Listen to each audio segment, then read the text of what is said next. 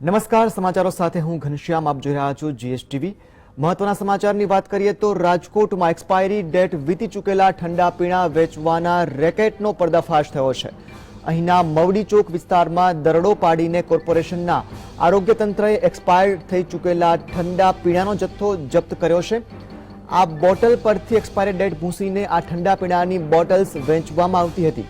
આરોગ્ય તંત્રએ Fanta, Coca Cola, Thums Up, Sprite જેવી બ્રાન્ડની કોલ્ડ ડ્રિંક્સની પેટ બોટલ્સ જપ્ત કરીને આગળની કાર્યવાહી હાથ ધરી હતી. સંવાદદાતા મયુર ફોન લાઈન પર જોડાયા છે. જી મયુર, જણાવો કે જે રીતે એક્સપાયરી ડેટ ભૂંસીને બોટલ્સનું વેચાણ કરવામાં આવતું હતું, ચોક્કસથી કહી શકાય કે જે નાગરિકો સાથે તેમના સ્વાસ્થ્ય સાથે ચેડા થઈ રહ્યા છે. ઘનશ્યામ જણાવી દઉં કે છેલ્લા લગભગ 6 થી 7 મહિનાથી આ રેકેટ ચાલતું હતું. વિવિધ મોલ, નાના દુકાનો તેમજ મોટી જે હોલસેલની દુકાનો છે ત્યાં આરોગ્ય વિભાગે આજે ચેકિંગ હાથ ધર્યું હતું. તે દરમિયાન મવડી વિસ્તાર જે મવડી ગામતળનો આવેલો છે ત્યાં એક નાનકડા એવા ગોડાઉનની અંદર પાનની દુકાનની પાછળ આ જથ્થો સંગ્રહવામાં આવતો હતો.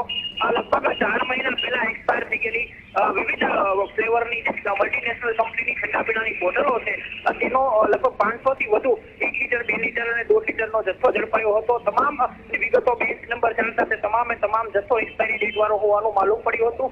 હાલ મહાપાલિકાએ લગભગ નાશ કર્યો છે. મહત્વની બાબત એ છે કે દિવાળીનો તહેવાર હોવાથી 6 મહિના પહેલા જ અલગ સ્કીમો દ્વારા મોટા પ્રમાણની અંદર જથ્થો સંગ્રહવામાં આવતો હતો અને તેને દિવાળી તેમજ નવરાત્રીના જે તહેવારો છે તેની અંદર દાંડિયા રાસ હોય કે પછી અન્ય ફંક્શનો હોય તેમજ દિવાળીની અંદર મહેમાનોને આવકારવા માટે આ જથ્થો પૂરો પાડવામાં આવતો હતો. ગ્રાહક જાગૃત નથી હોતા, જેના કારણે તેઓ આ છેતરપિંડીનો ભોગ બને છે, આ રેકેટનો ભોગ બને છે.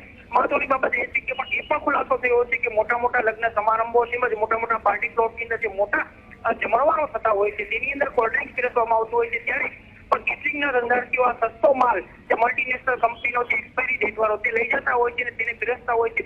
એક રીતે કહી શકાય કે મોટા પ્રમાણની અંદર નાગરિકોના આરોગ્યની સાથે બહુ મોટી છેતરપિંડી કરવામાં આવે છે અને તેનો પર્દાફાશ થયો છે.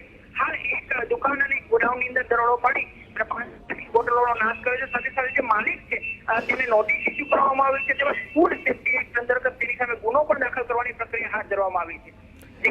જી મયુર, ખાસ કરીને ખુલ્લામ છેતરપિંડી છેલ્લા કેટલા સમયથી ચાલતી હોવાનું સામે આવ્યું છે?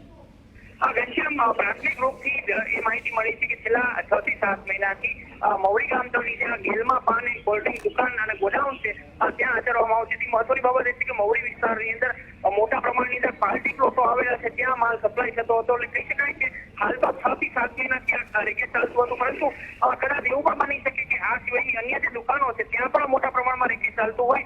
હાલ તેની તપાસની કામગીરી પણ શરૂ કરવામાં આવી છે. હાલ 6 જેટલી દુકાનો અને નાના મોલની અંદર ચેકિંગ કરવામાં આવ્યું છે, જેમાંથી આ એક દુકાનની અંદર આવડો મોટા પ્રમાણમાં જથ્થો ઝડપાયો છે. આગળની કાર્યવાહી પણ આરોગ્ય વિભાગ કરવાનું છે, તેની અંદર મોટા પ્રમાણની અંદર મોટા રેકેટનો ખુલાસો થાય તેવી શક્યતા જોવાઈ રહી છે. જી મયુર, આભાર સમગ્ર માહિતી બદલ. તો નાગરિકોની પણ આંખ ઉઘાડતી ઘટના બની છે. એક્સપાયરી ડેટ ભૂંસીને તેનું વેચાણ કરવામાં આવતું હતું, જેના પર આરોગ્ય વિભાગે દરોડા પાડીને સમગ્ર જથ્થો ઝડપી પાડ્યો છે.